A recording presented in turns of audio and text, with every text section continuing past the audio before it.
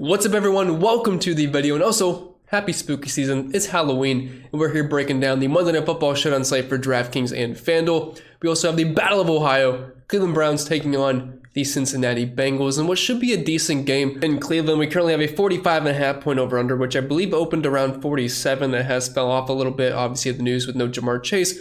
Does hurt the Bengals offense a little bit, but fortunately enough for them, they still have enough offensive pieces to be able to move the ball, especially versus this Cleveland Browns defense that has not looked great so far this season. Also, only a 3.5 point spread in the Bengals' favor, so I'm looking forward to it. Should be a fun one. But anyway, if this is your first time here, what's up? My name is Chris Pennell, and I break down NASCAR and NFL DFS each and every single week on this channel.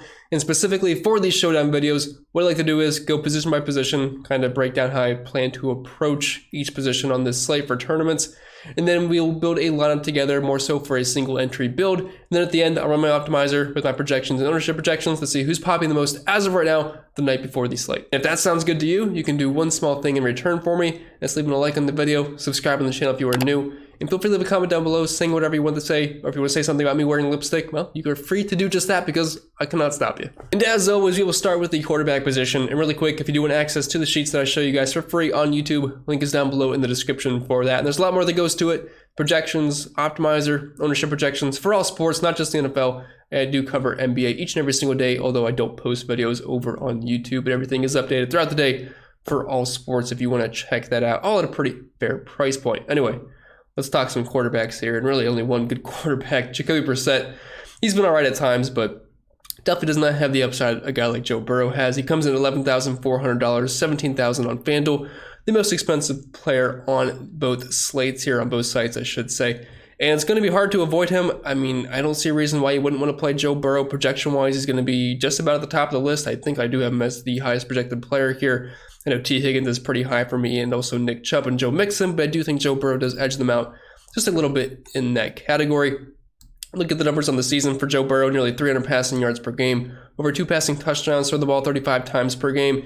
And this Cleveland defense has not been good versus the pass whatsoever. I know they're kind of mid-pack versus fantasy quarterbacks, but they're also 28th DVA versus the pass, and they've been a little bit banged up in defensively as well. And it's been a rough season defensively for the Cleveland Browns, to put it lightly. So yeah, I love Joe Burrow. I guess the question is not if we're going to play him. We are. It's a question of how much should we play him in the captain spot. And while I will have a decent chunk of Joe Burrow in captain, you have to consider this. For Joe Burrow to go off, his pass catchers have to go off as well, because he's not a Lamar Jackson.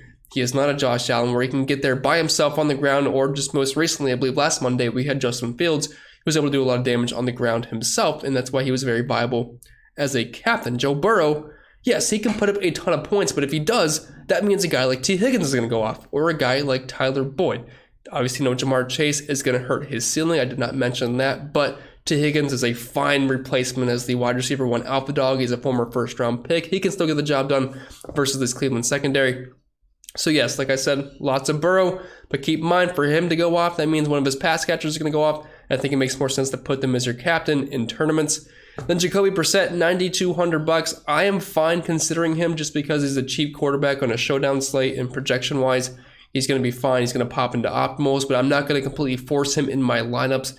I would rather get a skill position player over Jacoby Brissett in most situations, like if it came down between a Joe Mixon or a T. Higgins, and probably even a Tyler Boyd, Nick Chubb, anything like that. I'm probably going to side with those guys just because Brissett lacks upside. If you're looking at his numbers on the season, I mean, 226 passing yards, not even a passing touchdown per game. And if you're looking at the Bengals defensively this season versus quarterbacks, the 4th fewest points per game, and they're also 7th DVA versus the pass.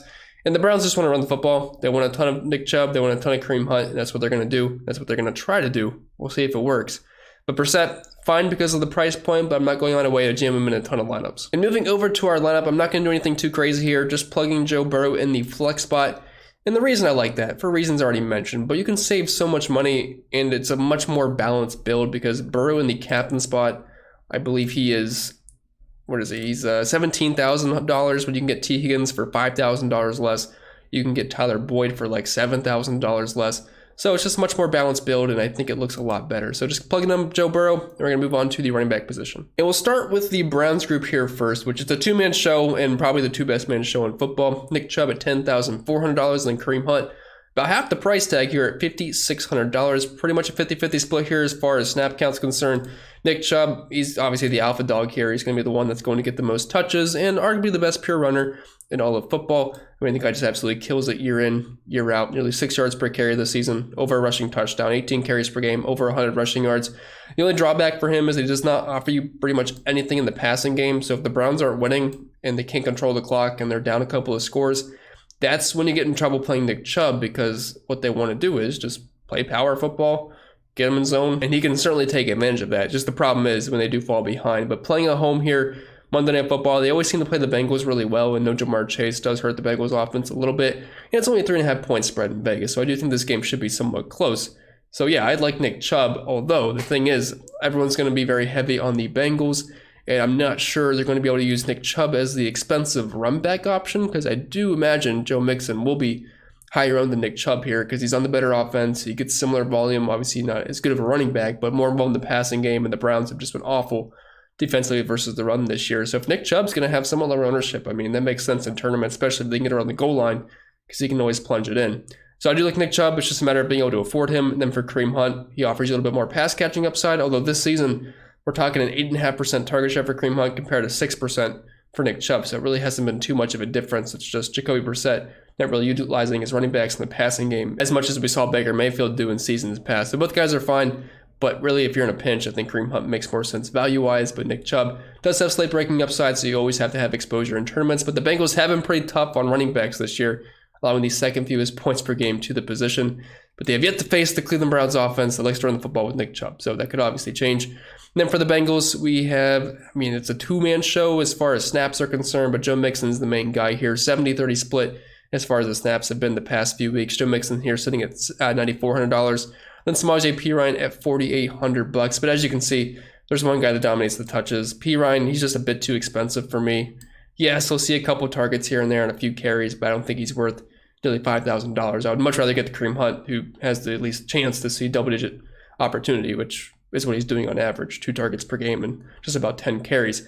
But Mixon, he's going to be one of the top plays on the slate. Browns have been trash versus the run this year. 5th most points allowed per game to running backs. He's a 3.5 point favorite. They're 27th DVA versus the run. And with no Jamar Chase, I know that doesn't really affect the Joe Mixon too much, but maybe they run the ball just a little bit more and just utilize him even more than they already do, which is already a lot. 17 carries per game, nearly 5 targets, 13% target share on an offense that throws the ball a lot. And he's going to be the main goal line back. Yeah, I'm going to have a lot of Joe Mixon, excellent captain option. And obviously a guy I'm going to jam in a ton for the flex spot. And for those of you over on Prize Picks, I do want to mention, I think there's some pretty good value on this Joe Mixon prop. He's currently sitting at 65.5 rushing yards. I know he's been very inefficient this season, but I think we're probably going to get ballpark around 20-some carries for Mixon here. I think the Bengals do win this game. I mean, the Browns have played them well, but wouldn't be surprised if the Bengals do win. I'm a big Browns fan, so I'm not being biased here or anything. But he's currently sitting at 67.5 on DraftKings, and he's at minus 130 to hit the over there. So I do imagine this number probably gets beefed up to probably around 68 by the time kickoff rolls around. So if you're seeing this right now and it's still at 65.5, I do think you are getting some pretty decent value. And also keep in mind, if you are a new user over on Prize Picks, promo code CPEN gets you an instant deposit match bonus up to $100. No strings attached. Either have it over prizepicks.com or you can use the link down below. Then heading back over to our lineup, again, nothing too special here. Just going to plug in Joe Mixon. Would I like to play Nick Chubb? Sure. If we have the money for him at the end, by all means, I will have no problem plugging him in. We still have around $73 left for the last 4 spots. You have to factor in a more expensive captain, but I think we're going to go with the pass catch here with either T. Higgins or Tyler Boyd, so we're not going to be breaking the bank. So it should look pretty balanced, and we actually might be able to afford a guy like Nick Chubb, which I would love. Then moving on to the wide receivers, we will start with the Bengals group here first, and welcome to Chalk City. We have T. Higgins at $8,000, Tyler Boyd at $6,400, then filling in for the injured Jamar Chase on the outside, we have Mike Thomas at $1,200, and Trent Taylor down at $200. So it's going to be hard to avoid this chalk here, T. Higgins. I mean, the pricing just does not reflect Jamar Chase being out. Like, if we knew Jamar Chase was out, I think T. Higgins should probably be above $10,000. Tyler Boyd should be right around where T. Higgins is priced. These guys are just incredibly too cheap. This is a team that likes to throw. Joe Burrow, I mean, you can't expect it, but he can get you around 500 passing yards. He has that upside. And T. Higgins is a good wide receiver. It's not like Jamar Chase is being out, so he's a lesser skilled player. I mean, he's obviously not as talented as Jamar Chase, but he's a former first-round pick. He is pretty darn good. So always has a 100+ yard upside. Now that he's the alpha dog here, it's hard to not like him here versus Cleveland. Like I said, their secondary has been a bit beat up in recent weeks, and at $8,000, I mean, his numbers are good just as a wide receiver 2 in this offense with 6 targets per game, near 20% target share, 65 receiving yards. Now you add in the fact that Jamar Chase, one of the most prolific wide receivers in football, is out. Yeah, that opens up a ton for him. Tyler Boyd, his usual thing in the slot here, 65 yards per game, 5 targets, 14% target share. Then Mike Thomas. I mean, you're vacating all of Jamar Chase's numbers, which are obviously incredible. So, yeah, tons of value here. Love Higgins, love Tyler Boyd, and even Mike Thomas for cheap is fine. Then moving on to the Browns, it's a little bit less fun because they have Jacoby Brissett throwing them the football. But Amari Cooper's been pretty solid this year, even though it's not Deshaun Watson getting the ball, unfortunately, although he is coming back in about a month. So at least we'll have that to look forward to. But he comes at $7,600, 8 targets per game for him on a 26% target share. Donovan Peoples-Jones, $5,000, nearly 6 targets per game, just under a 20% target share. Then David Bell, he played around 60% of the snaps last week, just does absolutely nothing. He's a rookie, but target per game, 4.5% target share, just does not really get the football. He's out there though. So if you're looking for a guy that plays a lot of snaps, but just doesn't get a lot of work, I guess David Bell is your guy. It's really, if you really want to play one of these guys, it just go with whichever one fits. I mean, Peoples-Jones, he has plenty of upside. He's a pretty talented wide receiver, definitely has some big play upside. But Amari Cooper is the more consistent option in this offense. And David Bell, I mean, just play Mike Thomas for half the price point, in my opinion. Then moving back over to our lineup, just going to plug in a couple of the Bengals wide receivers. So I'm going to go with T. Higgins in the captain spot, $12,000. Feel pretty good about that, getting Joe Burrow's number 1. We still have around $6,000 left per player, so we will have no problem whatsoever plugging in Tyler Boyd. So now we have his 2 pass catching options, the 2 top ones, I should say, and the RB1 in this offense. So we have 4 Bengals. We obviously need at least 1 Brown, and we have just over $5,000 left for the last 2 spots to do it, so should be no problemo. Then moving on to our tight ends, with no David Njoku, it actually makes it pretty simple for us on the Brown side of things. But we'll start with the Bengals here first. Hayden Hurst, $5,200, and then we have Mitchell Wilcox, $800. Basically 70, 30, 80, 20 split most weeks. Hayden Hurst, the main pass catching tight end in this offense, and I don't think he's a bad play, especially with no Jamar Chase. Just opens up some extra targets here, but close to a 15% target share in the season, 5 targets per game, always has a chance for a touchdown around the goal line. I think he's fine, but if he doesn't get a touchdown, you're probably not going to be incredibly too happy with the output. But 4 catches for 30 yards, it's not bad, but I just feel like we kind of want the touchdown there at that price. Then we have Harrison Bryant, $4,000, no David Njoku, and he's been actually really good in that Browns offense. So taking him out of the equation, that's definitely a really big bump for Harrison Bryant. The guy's not a bad pass catcher, and Jacoby Brissett loves his tight ends. Like, obviously he showed that with the Colts, he showed that in the past with other teams, and he's been really showing it with the Browns. I don't think Harrison Bryant is as talented as David Njoku, but he's still not a bad pass catcher. And even with Njoku playing, he's still averaging 3 targets per game, 16 yards, and 11% target share. Again, with no David Njoku, that definitely makes him a lot more viable. So $4,000, if you just want a cheap Browns run back option, I don't think he's a bad option whatsoever. And then if you're really looking for a punt, Pharaoh Brown, I actually have him projected for like 2 to 3 points. He's only $200. If you want to make a lot of things work with T. Higgins in the captain spot, then you plug in Pharaoh Brown in the flex spot. I mean, you probably can fit in one of those other 10K players for sure. And then my favorite part, defenses and kickers. If I had to play a defense, I would probably side with the Bengals here just because I'm going to be very Bengals heavy in the offensive side of things. So it would make more sense to rather pick on Jacoby Brissett than Joe Burrow, in my opinion. But I'll try to be underweight on both probably. And as far as captains are concerned, I will probably have none, which has bitten me a few times. But I think more often than not, you're better off being underweight in the defenses in the captain spot for sure. Flex-wise, it's been pretty good to play defenses this season on primetime games here and there. And then for the kickers, I'll prefer the Bengals kicker McPherson here just because I think they're going to have more scoring opportunities. And Cade York's been a little bit shaky this year, but both are fine. Just play whoever fits really. Or if you need the Browns, throw in Cade York just to fit it in. All right, so moving back over to our lineup, we have 2 spots left. There's a couple ways we could go. If you wanted to go complete punt with a guy like Pharaoh Brown at $200, he's currently questionable, but I'm assuming he's going to be good to go. But I guess we can check the blurb here. A concussion, neck issue, we'll see.